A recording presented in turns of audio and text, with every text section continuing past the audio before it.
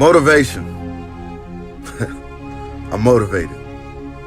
But what do you do when motivation is not enough? You rely on your work ethic. You rely on your discipline. That's my mentality. Now let's get it. To the stage, please welcome Julian Peters.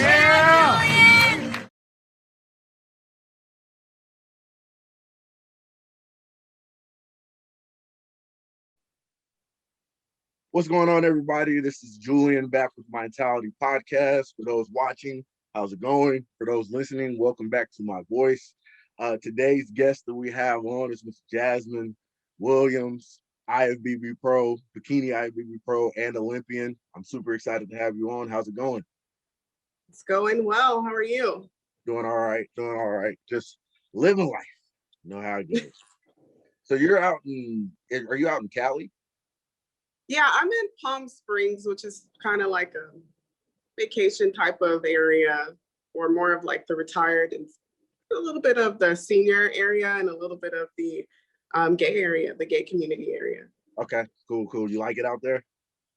I do. I'm from New York originally, so I'm not into the city stuff anymore. Right. I didn't know you were from New York. That's a heck of a difference area. A huge difference. More of a difference in the neighborhoods and the people than and obviously the cost of living here. In New York, because I'm from Long Island, New York. So I actually grew up in like Lakeview, Rockville Center area, which a lot of people don't know where it is, but if you are deep in root in New York, Long Island, you understand where I'm from. But there's the difference over there is the cost of living is like 10 times higher than you would be here. And you would get like a studio in New York for like $3,000. You know what I mean? A studio. Everyone, I think, knows what that is. It's not, it's like your living room and your bedroom. Okay. Right. Got you. Cali, Palm Springs is like, you can get a house for that much. So I did not know that. I thought it would be the opposite. I thought California would be, well, from what everybody says, California is super high. But I did not know that. They never been to the East Coast then. Yeah, I haven't. So I can't. Yeah, I've never been to New York one day in my life. So I want to go though. So I wanted to discuss first your background. I know I've heard you talk a little bit. You've been to college. You danced. So go ahead and talk a little bit about that. So coming from high school, I was a track athlete. I did track. I did the 300 hurdles. I didn't go with that into college. I actually went to a 2-year college. The first person in my family actually to be in college. And I went for dance major. I wanted to do like all types of dancing. So jazz, ballet, all that stuff. I wanted to just be in it. Then I thought, well, that's not really going to, at the time, because I didn't have the resources then, I didn't know that you could actually make a really good living being a dance choreographer, dance teacher, and instructor.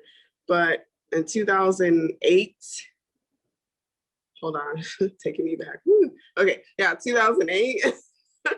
I went, I graduated and I was just like, you know what, I'm gonna go see how it is. And then I changed my whole major to like, wanted to be a medical assistant. So it was like a big gap difference there. Got into that and I didn't want to go to the community college anymore. I don't know what I really started doing because I was obviously partying, young, college, Then I got a regular job at Del Taco, being real, Del Taco. Right. First job was actually McDonald's. So let's talk about that. I started at McDonald's, ended up here at a whole new different area of my life that I would never even think that I would be in. So, As far as bodybuilding goes, I didn't even hit that milestone until I was 24 years old. I met a guy and he was a bodybuilder. And that's kind of how it started. I went to a show and I liked stage stuff. So, you know, from background of dance and I was like, oh, there's like bling, you know, it's a show and I just saw girls in bikinis and I was just like, oh, this is cool. And, you know, they got these bikinis, the sparkle bedazzle things. And I was just like, okay. And then when they turned around and started showing all the back booty stuff, and I was like, what? Like, what is it? Like, what is the purpose of that? Why are they doing that? You know, right. I didn't understand any of it.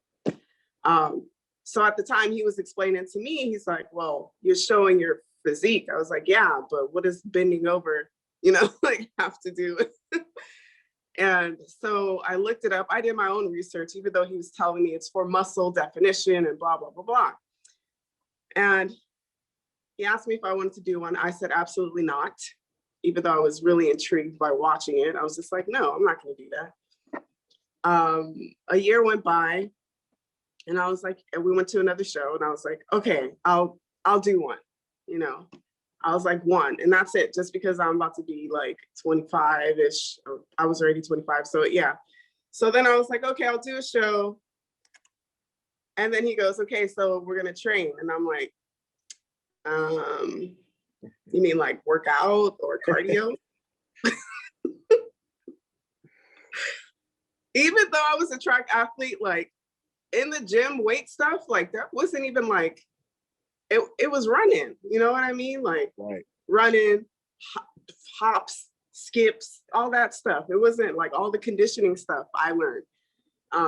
But it was never any like weights and machines. I was just like foreign to it. And I remember my first leg day. Let me tell you.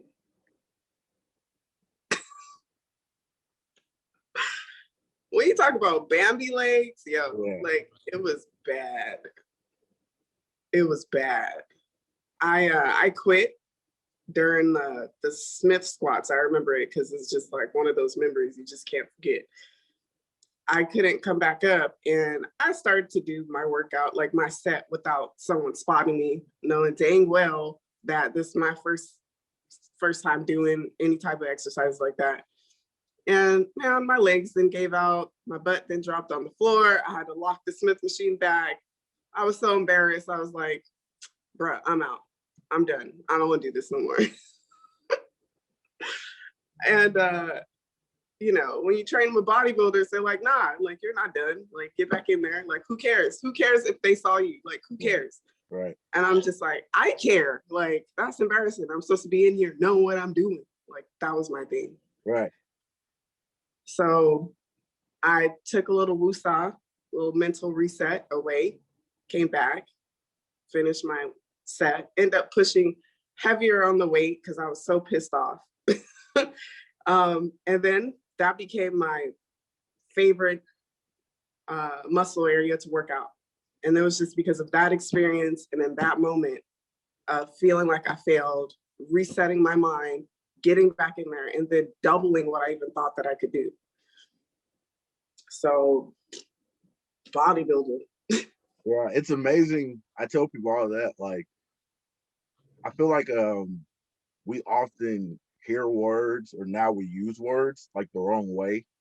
So for instance, like when you hear failure, the automatic thing is negative. I failed. But like in your experience, you actually got better by learning through that failure.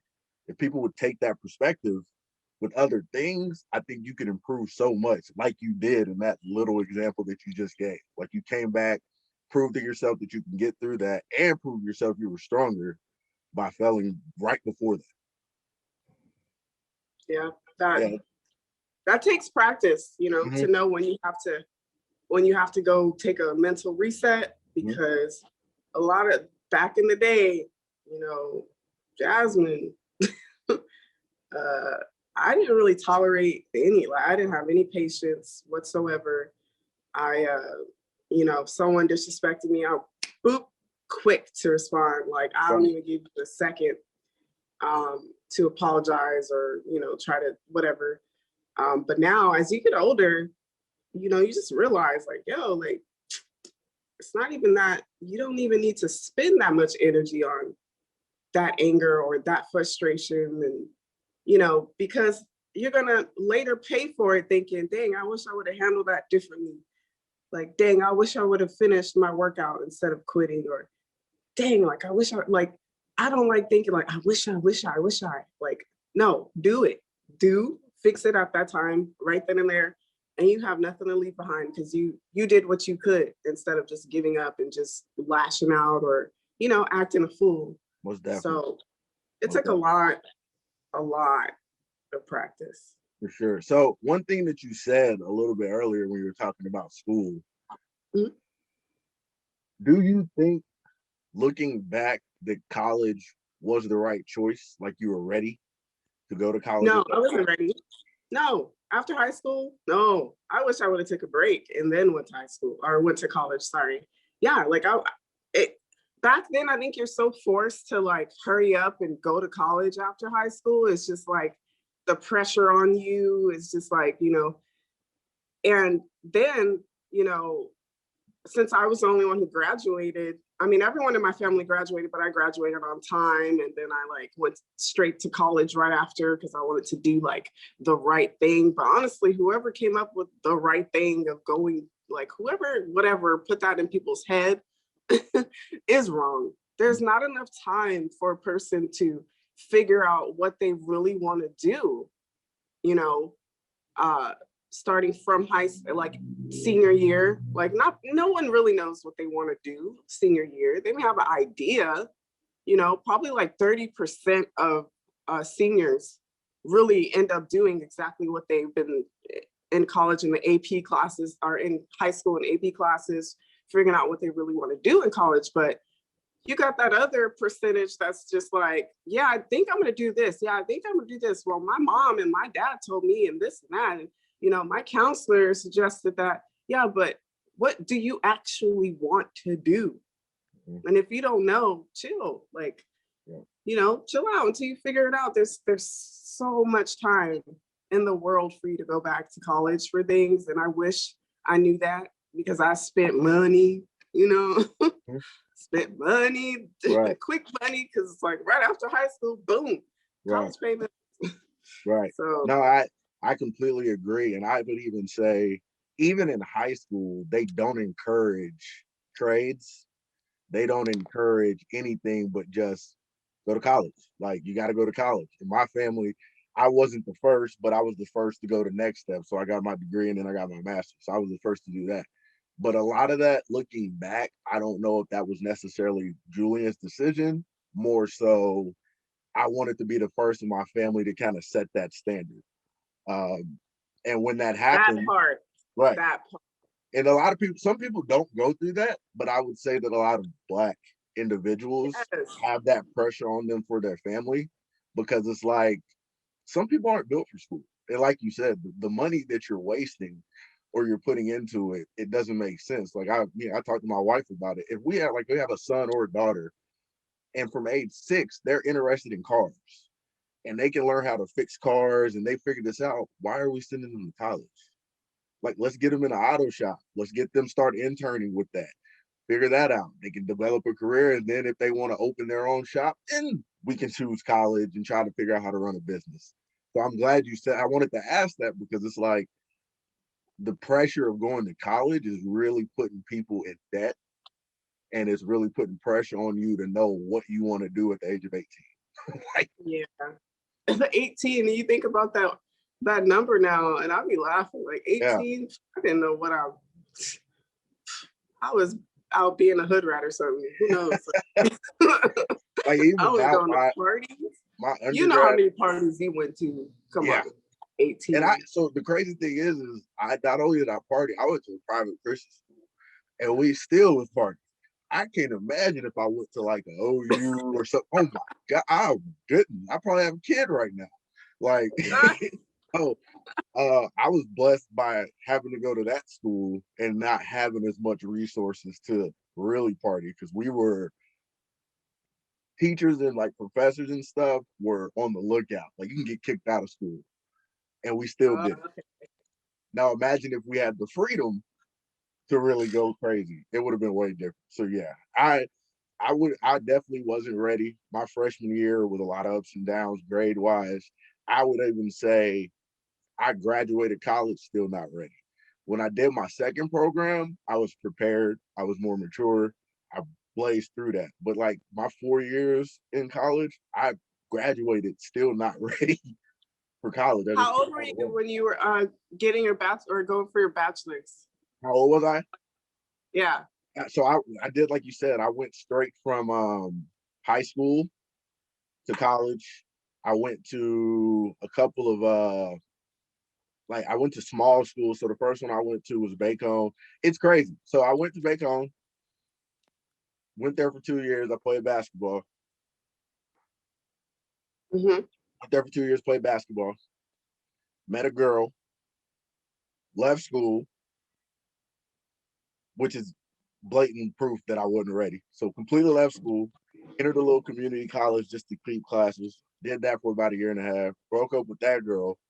Went to another school, played ball again, and then graduated. That's my college journey. So that's why I say I wasn't ready. And marketing is such a broad degree, but if you look at where I'm at right now, and what I'm doing, I should have been like a communication major. I should have did something else. So I just wasn't ready. But like I said, the pressure of going to college, making mom proud. I had a single mother. I'm going to college because you did too much for me not to. I just don't know if it was the right decision. Now, maybe down the road, I'll see how effective that is. And I do. I mean, I know it's opened doors for me job-wise, but I just know that for my kids, I'm not going to put that pressure on them. Yeah. I understand what you mean with the family thing, because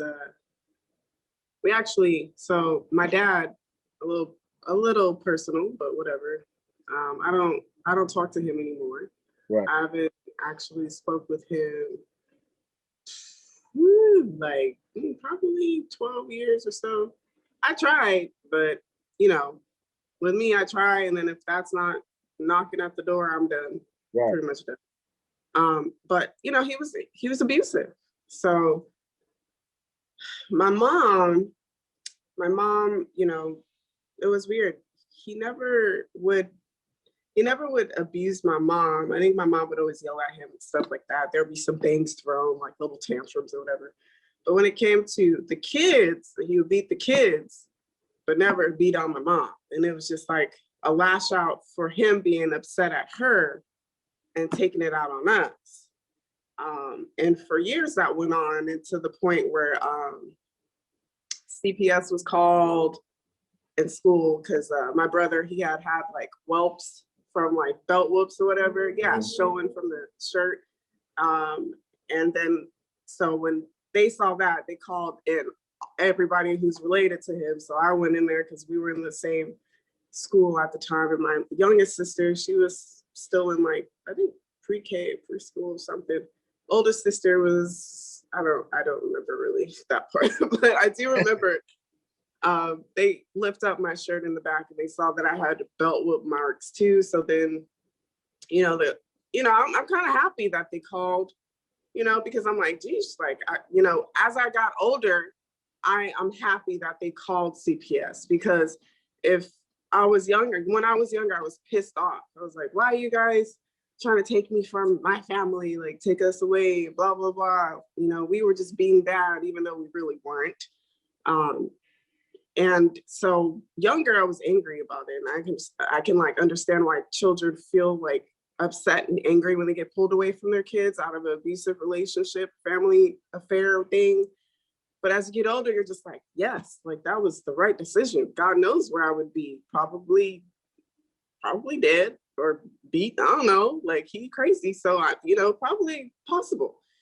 And so I totally understand why my mother decided to just put us in the Cadillac and drive all the way here to Cali with our cousin up in like a completely different environment. Sun City, California was the first area that we moved to. And I literally thought like, oh my gosh, this is hell. Like it's hot. Okay. No one comes outside. Right. This is like abandonment. And I felt that. And so, you know, all of like me, I have a younger sister, older sister who has a different dad, but, you know, was with us since like birth, pretty much. Right. And then I have a brother, older brother. And so we all dealt with our like big move differently, you know. My youngest sister, you know, she felt, you know, like she was the last one. So everybody kind of latched off without her. Me, I just felt like, well, I'm trying to do good at the same time, but, you know, I want to and go out, and I learned the hard way for things. My oldest sister, you know, she found love at a young age and decided to, you know, get married and have kids. Still married to this day, which, you know, God bless. That's awesome. My brother, you know, knucklehead. He kind of like, you know, to this day, I love him to death, but there's some things that reflect on him, how he's living his life, like my father in a way. And I just pray for him that he, you know, finds out, you know, and just changes that. But yeah, coming from one state to another is like a big character change. For people don't really realize that. And you know, you got to kind of adapt to other people in that state. And, you know, because some things in a way, yeah, some things you got to let slide, like talk about race. I let a lot of things slide when I got here because I was in shock, because in New York, I mean, like there's Chinese, there's Black, there's Filipino, there's Indian, there's Puerto Rican, there's mad different diverse cultures there, you know, and I never experienced racism until I got to California. So, and I remember I was probably like 14 years old, walking home from school, and some two white guys in the van just yelled at me, said, you know, called me the N-word, like mad loud. I was like walking by myself. So here I am, like, and I was so shocked, Juju, like I was so shocked. I looked at the van and I was like, are you allowed to say that? And I just like, I didn't even know how to get mad because I never felt that before. And I was just like, damn, like that low-key hurts in a way, but like, are you allowed to say that? Like anybody? And I looked around because there was other kids walking home too. And I'm like, nobody don't say nothing. Like, you know, it was like it never happened. And when you call your family because you're so hurt, and we from New York, they like, boom, pop up, like, what's up? Like, what we doing? And I was like, I don't know. Like, I don't know, because I don't know how to feel about the situation. And they drove off, and I don't know what is this place? Like, what is this? Racist is like these people who can like talk to people like that. Like, why do they get to do that? So, you know, just staying in Cali, some things you just kind of like pass through. And, you know, the older I got, I was just like, no, we're not going to tolerate that. Boop, boop, boop, boop, boop. You know, try to educate someone, but at the same time, it's like, kind of gotta put people in their place when they act like that. You know what I mean? That same issue, trust me, same issue. And I grew up in Oklahoma, so it ain't rainbows and like it. Nah, Oklahoma is probably one of the more racially remote states in the world. But I like that you said that, because I think what people, I notice a lot in the Black community. It's like people forget that Black people grow up in different places. Black people forget that. So like you said, I grew up in New York. It's racist everywhere. It's a metropolitan. I never experienced racism. So that means that your perspective and outlook can be different from mine, where I grew up in Oklahoma, where like we're known for the Tulsa race riots in 1920. Like, and it's not changed much. And people will hear you say something like that if you haven't experienced it, and they automatically want to turn against you or think, Right. instead of educating you about situations like, nah, you a coon, you this. And I really wish people would sit back and think. I'm really glad you said that, would think, because you didn't experience racism your first time until you're 14. I was 6. Still remember it to this day. A little boy told me my parents will not allow me to play with black. I remember it to this day. I went home and told my mom, like, what does this mean? Like, we're 6. I don't even know about race at the time, but he knew that enough because he's been taught. You know what I mean? So yeah, it's interesting that you say that, and it's even more interesting because people assume Cali is like this like perfect state. So to hear that happened to you in Cali is crazy as well. Yeah, it wasn't. And then, yeah, it's just like you said, the experience, you know, like, of course, like when I was younger, I didn't know, you know, so like, yeah, if I really dig deep and think about it, I probably have experienced some type of racial something, but I didn't know what it really, really, really was. But as you got older, you know, you realize like, y'all not supposed to be talking like that. Like, I don't even, you know what I mean? And then that school I went to was like, yo, I can count how many Black people were there. 10, probably like 10. Right. You know how many students there are? Like, it's crazy. And you would think that all 10 Black folks would be together. No, you got everyone who was all just spread out and just kind of like, you know, fit in where they could so they can feel at least comfortable. You know, we wanted to just feel comfortable and not feel like we always had to fight for like a spot. You know what I mean? So yeah, and then, you know, moving down here in the desert, the only reason why I actually am in Palm Springs is because a while back, I TMI, but who cares, whatever. I used to be married a long time ago. I got married really young, like, woo. Like one of those blind signs. Whoop. And he was white, you know. So we were together for about 2.5 years. And being young and not fixing my childhood trauma and going through that, I married a man who was similar to my father, except for it was more mental abuse than it was so much physical. There was some physical, but it was more mental. Right. And so getting out of that situation and not healing, I wanted, you know, the divorce and all that stuff, met someone else, didn't work on myself, jumped right into someone else's lap, decided, hey, this person's treating me a little different from this person. Got into that. That person was abusive and ended up being a cheater. Then I was like, wasted 3.5 years for that. I'm just like, geez, you know, until the time where I actually stop and I'm just like, boom, let me do what I want to do and focus on myself while doing the work to better myself. So I talk about self-love so much to the point where it's like burned into my heart. Like, I wish someone told me when I was younger, hey, you have all the time in the world to like get married and like be with, you know, fall and like do all that good stuff.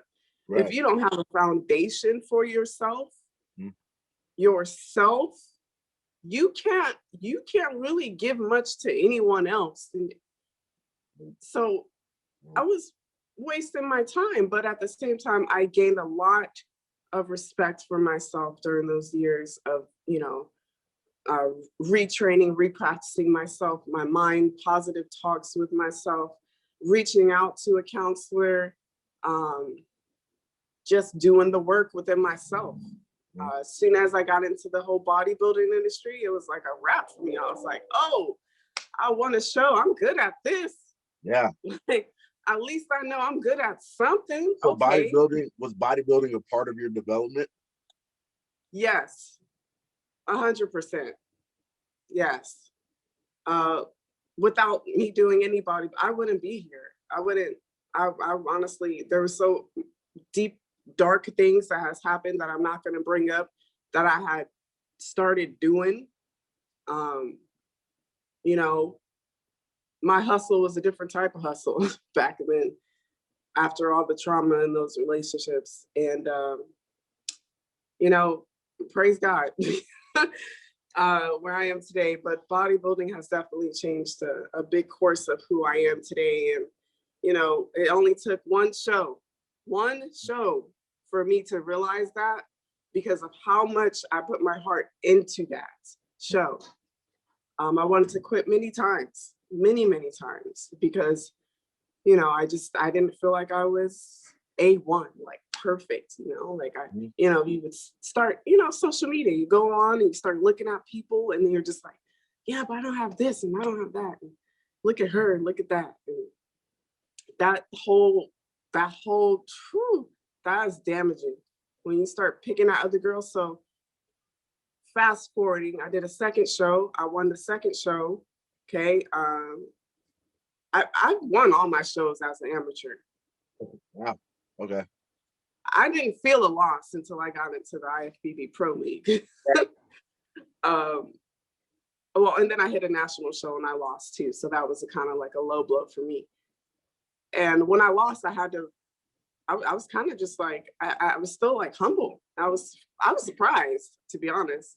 I was like, dang, I thought I was going to react like upset that I lost, you know, national, like, hello, you're supposed to be the best if you get to nationals. And thank you. And so for me, I was like, okay, I'm going to hit this national show again. I'm going to do another one and I'm going to see. So the second national show, I got first place, but it was that South Carolina show where you get first. USA. Oh, I don't know why people do that show. You got like I think about that all the time. To be able to win your class and not get your pro card, I'd be hot. Thank you. No, nobody told me that that's what they do. So like and not even my boyfriend coach at the time. Yeah. Like he didn't even tell me till after. Right. So I go out, I'm like, yeah, like I got first. Woo, woo, woo. Like I think I'm gonna get my pro card. Woo! Like I got my pro card. And he's like, and I just look at him like, oh no, what? Did I get disqualified or something? What did I do? Did I hit a pose wrong? Like, yo, I was like freaking out. He's like, no, like you have to go for the overall and you have to get top 4. I was like, what you talking about? Like, what you mean? Like, why would they give me first place? Like, I don't understand. Man, overall came, I was 5th place out of like 8 divisions. Oh, man. Oh. You were 1 spot away. What's that? You were 1 spot away. One. And I was like, okay, all right. I'm going to take a break. And then I got mad and I was like, no, I'm not going to take a break. I got one more show in me. So by that time it hit USA's muscle contest. And I did that show the first time and I lost. I got the 14th place or something like that. Yeah. So going from like first place all the time and then you hit that 14th, you're just like, damn. like, man, I sucked that bad. 14th right. Though. Like y'all just gave me first. Like, what's the difference? Like I didn't understand. Went to USA's, I got first place. I was like, oh wow. I got my pro card. I was like, wow. This is for me, you know. After that, learning how to, you know, train people. I was doing that as I was training myself. I was learning, you know, the training aspect of it, teaching classes, and I'm always good at like teaching big groups, and I love motivating big groups of people and giving them that because it's like a little inside of me. Like I know, like I see it. If you don't have the potential like you think you do, you definitely do. Everybody has it. Like, let's go. Like, you can do it. And so then I started training other girls working under me as a bikini. They wanted to do the same thing. And here I am, inspiration to somebody I didn't even think I would be ever. It was like, me? Like Jazzy from the hood? Like, really? So it became great. I got my first IFBB pro show. Nervous as hell. Like those girls look like obviously they've been working out for years, and here I am, tiny little bird. Like I feel like I didn't have much muscle. I was just like, dang, like where do I fit in with this person? I got 6th place. My first IFBB pro show. I was like, wow, like I didn't expect that. Right. So here I am all into the bodybuilding, right? And I'm still in a relationship at the time. Okay. Who is my coach and who is the one who deceived me afterwards or whatever. And so I'm still with this person, and I wasn't really, I felt like, sorry, my phone is being weird. I felt like I was into it. I felt like I was into it, but I felt like I was into the bodybuilding for more of him than I was for myself. Mm-hmm. I wasn't enjoying the self-growth in it. I was enjoying like the team, me, like being this top person, and in his eyes, I was his first pro he made and all this stuff. So trying to live up to his standards, I didn't realize how really deeply I didn't know who I was. Mm-hmm. So, after a couple of months, I decided, okay, I'm going to hit my next show. In a relationship, there's some things you sacrifice, when you get ready for shows and stuff. And, I lacked in some areas, but at the same time, a person who is your coach, as well as your boss for things, is just all wrapped in one. It's very damaging. It's hard to balance all of those out. Right. So he latched on with someone else. I was 4 weeks out from a show, and this is where Ryan comes in. So it was 4 weeks out from a show, and I, walked into him being unfaithful. At that moment, I just felt like the world ended. Second relationship, I was like, dang, like failed again. Like, I'm just not good at that. I'm good at bodybuilding. Forget all you guys, like whatever. And so I just focused more on myself. And then I hit up Ryan. Ryan was so kind, so like laid back. Yep. And it was a conversation we had for like, I think it was like 30 minutes. And I'm a female, and we could just talk, especially when you're going through something rough. Right. Oh man, I'm sure Ryan was just like, so you 3 weeks, 4 weeks out, and you want to hire me right now? It's like, yes, like I want to finish this. I know, I got like a really bad placing. I was so emotionally stressed, it just showed all over my body. Right. Like there was no way of getting rid of that. Right. And I still did the show, still felt like, okay, I accomplished it. Like this person that failed me is not going to be part of, this aspect of me growing. So this is now me really getting into my IFBB Pro League stuff. And that's when, after the first show with Ryan, that's when we started hitting every show in a top 5 category every single time. And that was like the Olympian, mid, right? This is on your way to Olympian. Yes. So I started with him towards the end of 2018, summertime 2018 with him. Started placing, boom, boom, boom, boom, boom. And I was like, dang, okay, all right. 2019 hits, New York Pro. That's when my milestone hit. That big show like that. And then after that, it just started going, boop, boop, boop. Qualified for the Olympia 2019, man, ecstatic. And I'm gonna be real with you then. It happened so fast, I still didn't enjoy the Olympia then. I was in things like so intertwined that I didn't look, I loved it, but like mentally, I could have been in it more. And that's just probably the competition person in me. Like, I could have been more deep in it. You know what I mean? Like, I could have probably sorted it. So now, here I go, 2020, trying to get back to that. And it's just like, Jazz, like, you've been on it for like 5 years. Back to back to back, back to back to back. You've been succeeding for 5 years, doing great. Chill. And that time I decided to chill, this opportunity popped up for me to own my own business. And I'm first of all, before you get into that, number one, I'm super proud of you for opening your own business, because I know that's not easy. It's inspiring for me to see somebody like you. Now hearing your story is even more inspiring, that you're doing this, but like I really want to get into this part of the business, and it's just cool that you're doing this. So props to you. I want to give you your flowers first. Now you can go ahead and talk.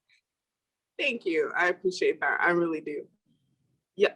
The business aspect, it's not what everyone thinks it is. You get an opportunity, but you have to work, and it's more work than you think it is. Registering a business in the state, whatever state, eventually 3 months later, paying a state tax. And I'm just going to break this down really quick so everybody can understand. If you do not register your business, you know, cool, register your name as an independent contractor then, you know, because at the end of the year, when you file, you're supposed to be getting money back for being an independent contractor and spending that much money of the things that you got to do. And as a small business owner, registering your small business, you still can write off all of that state tax. You can, just because you're paying it, you still write it off. And so I didn't know much about anything. I didn't study business management. I didn't study any of that. My experience from the past of moving money and hustling to get money, I knew that much of the management aspect. So yes, the Hood Chronicles taught me a lot about money. Right. But yes, so getting actually into the spot, I had a silent investor. That person didn't know what silent investing was. No longer working with that person anymore. I decided to just do it myself. One, because I'd rather actually be with myself than to think about all the other stress with an investor and all the extra things that that person was causing. I'm not saying all investors are like that. Right. So if you want to, you know, still give me some money, hey, but no, like as a woman, as a Black woman, men who want to invest in me and the things that I do think that it comes with a coupon to disrespect or ask me unprofessionally to go on dates or just the typical, just disrespectful things that some men that aren't wellly educated about how to speak to women. And so I cut that off. I was done. I'm not going to get disrespected like that. I, you know, obviously I just told you about my past with the relationship things. So after that, I had to go through the realtor person who gave me the spot. Because now the investor was just asking for his money. There's a bunch of things that business things people don't talk about. But let me tell you this, if you can struggle a little bit for yourself without anybody else, I'm going to tell you to do it, because those are the best experiences once you hit that milestone of where your company is supposed to be. When you start bringing other people into your pot, now you got different recipes and different things that you got to figure out what type of ingredient that person is bringing to your company. And I was uncomfortable with it. So moving forward, I spoke to the realtor, got that all situated. All right, in the spot, now I'm just like, okay, I need to set up some type of financial savings to get the stuff I need in here. And I don't give a crap if it's commercial. I don't give a crap if people start with like $20 to start their own business. And you know what? I wanted to be that person who started at something and ends up with something bigger. So instead of waiting, like people be like, if you don't got the funds, you shouldn't just start. You know what? If you don't know how to hustle, then you just in the wrong industry anyways, trying to start your own business. Right. So I'm gonna hustle and put my time in here, 13 hours if I need to, I'll be up in here. The other advice I can tell you is find another source of income. This is where IFBB stuff comes in. Now, all my online clients now are all set up on reoccurring payments. So I'm going to always have that money going on, right? So I'm always going to have that fallback for me, as long, obviously, still doing the work for that side. Right. So if I have that income coming in, and then I have physically people coming in, working out with me, now I have a profit in two areas of where I'm making money. The physical aspect is going to be more costly for me because I have to actually get maintenance stuff in here, buy equipment, cleaning stuff, making sure my clients are physically okay and comfortable with working out in group sessions and whatnot. So then you have the IFBB thing where all you really have to do is make sure you're paying attention to what your clients are doing, giving them that amount of, respect on their online stuff and being there for them too mentally, because that's all you can be for online people is mentally be there for them. And so once you have the balance going, you'll be able to you be good to float. You may drop down a little bit when something unexpected comes in, like in the studio or something, but you're always going to have that bodybuilding thing that has got you to where you're going, so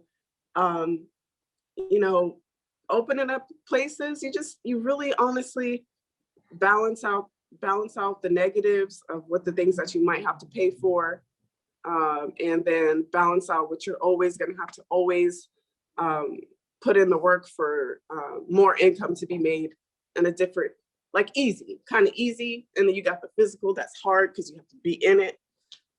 Balance. Got you. That's crazy. So let me ask you this. Did you have to deal with any doubt within yourself when starting this business?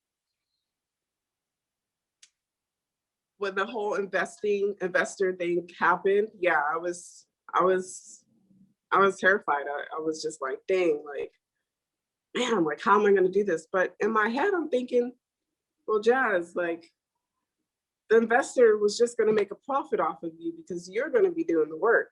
Mm-hmm. And I was like, okay, so I'm the one who bring the people in here, not the investor.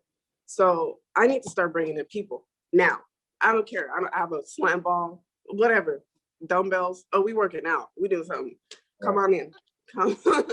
Come on in. And it keeps growing. Every week by week, I start getting something in new, and I start outweighing my balances to get things in here. And already I have 20 people now, 20 people in my studio. And then I still have the 40 plus people online. So, I'm doing it. Right. Right. So, and first of all, again, congrats on that. That's a big deal. So what's the future look like for you? Ooh. We're not even going to talk about competing right now because I want to know that too. But for the gym, is there, plans on expanding one day, going to a bigger building? What are you thinking? And have you did? Some people might not have done that. So if you haven't, that's okay. Okay, so I'm going to speak it out, say it out loud, so that way it can manifest. Yes. There are 2 leasing places right here. They're about together 6,000 square feet that I want to break down the walls, and I want to expand, and I want to have a gym where it's literally pretty much anything that you imagined, athletic wise, weight loss, lifestyle wise, just the whole shebang. That's my thing. I want to take over this whole plaza.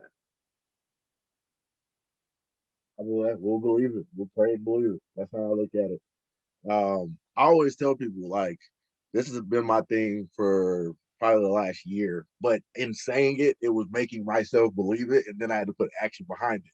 I'm just saying it first. But your dreams should be big and they should scare you, but your work ethic should be bigger. And I feel like you're doing it. You got this big dream, but like you said, people laugh when you say, I'm a hustler, but 50 Cent was a hustler. Right. Most people say hustlers make the best business owners if they put that negative energy that they were putting out there in the business. So as long as you're working and you're still believing, I think that you'll do it and you'll get there. Even if it's not that plaza, it might be a different plaza, but you'll make that happen. You'll make that happen.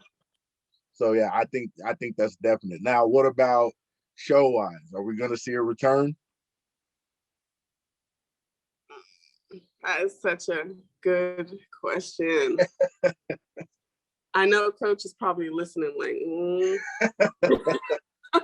because I haven't said anything yet, but I feel good, to be honest with you. Like, my focus right now is getting this place, it's up and running, but getting it like I want people who are, just to come in when I'm here type, because I'm not open full hours yet. I'm literally here 6:30 a.m. to like 8 a.m. Right. I have a big gap unless I'm here, installing floor and stuff like that. And then I have 3 p.m. to like 8 p.m. I'm here.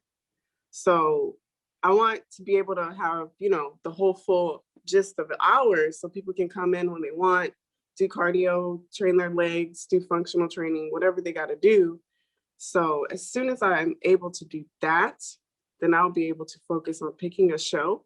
Mm-hmm. I did have a deadline for myself. I make a deadline for myself. I want to do that. I want to compete before October. Okay. So that's my one little deadline. So that puts more get up in setting everything up for the studio so you can do that. So it's kind of a motivation on top of the motivation, basically. Right. That's good. That's good. So one of the things I do, I'm going to go ahead and get ready to close it. One of the things I do now, I call it mentality moments. And what that is at the end of the conversation, I'm just highlighting something that I think needs to be reiterated, that if people are listening or watching, take this to the bank if you don't take anything. And I think one of the most valuable things that you said was the self-love. I think a lot of people don't understand, like, you get into, especially with families and kids, you get into, I'm going to give so much for them, I'm going to do everything for them. But if you're not truly valuing yourself, you don't truly love yourself, and you're not mentally able to be yourself truly, I think you're failing them, because they need to see the best you. And if you're performing as the best you, it's more valuable for them. I think a lot of people give themselves up, and that's not the right way to go. So the self-love is my mentality moment from what you said. You said a whole bunch of gems in here, but that's the one that I definitely took home more. So what about you? Do you have anything else to say? Is there anything else you want to say? Yes. If you or anyone who's watching or listening, and you feel like that you are going through something rough mentally that you just feel like you cannot get out of, mark my words, you definitely can get out of that. You definitely can. Stop talking to yourself negatively, thinking that you can't. The more you insert that in your head, the more you make yourself sick. You make yourself thinking that everything you're saying negative is true, and it's not. It's a temporary feeling, and it's just for a little while. It may feel like a long time for you, whether it's a year that's been happening, but hear me now. Start doing the work to talk positive to yourself so that you don't have to live the life that you think is so bad. Because everyone here can enjoy a nice, positive mental life to move on with their day and wake up in a positive mindset no matter what is going around the world today. Because at the end of the day, you still have to wake up, still have to do your job, and you still have to make yourself happy amongst other people in your family, friends, whatever. Okay. So that's all I really have to say. Good deal. So, Jasmine, I appreciate you being on here. This was a really good conversation. I'm actually her first podcast for those listening or watching, and I think you did wonderful. I think this is something you may be able to do yourself if you ever really wanted to put the energy in it, because you have a lot. Yeah, you got a lot. You got a lot of. No, you don't, but you have a lot. Like, your story needs to be shared, because I think it can inspire people. So if somebody else asks you, maybe don't just quickly say no, because if people listen to this, they're going to be inspired. And like I tell people, that one impact, if it's one or two people, you know this, you go through this. One or two people hear your story and they're impacted, you succeeded as a person, and you've helped them at a time of their life, like you just said, they needed. Like even what you just said last, somebody might hear that and be like, she's right. And they do what they need to do to get out of their situation. So that being said, I want to thank everybody for watching. Thank Jasmine, of course, for being on. And for those listening, thank you. I will be putting all her information in the description as far as like IG, so you can follow websites or anything like that. Her Instagram is great. She's also a Global Formulas sponsored athlete, right? So I can't, there's no biceps there. that as well. So you can use her promo code and go get some good stuff as well. But other than that, you guys have a great rest of the day, and thank you for listening.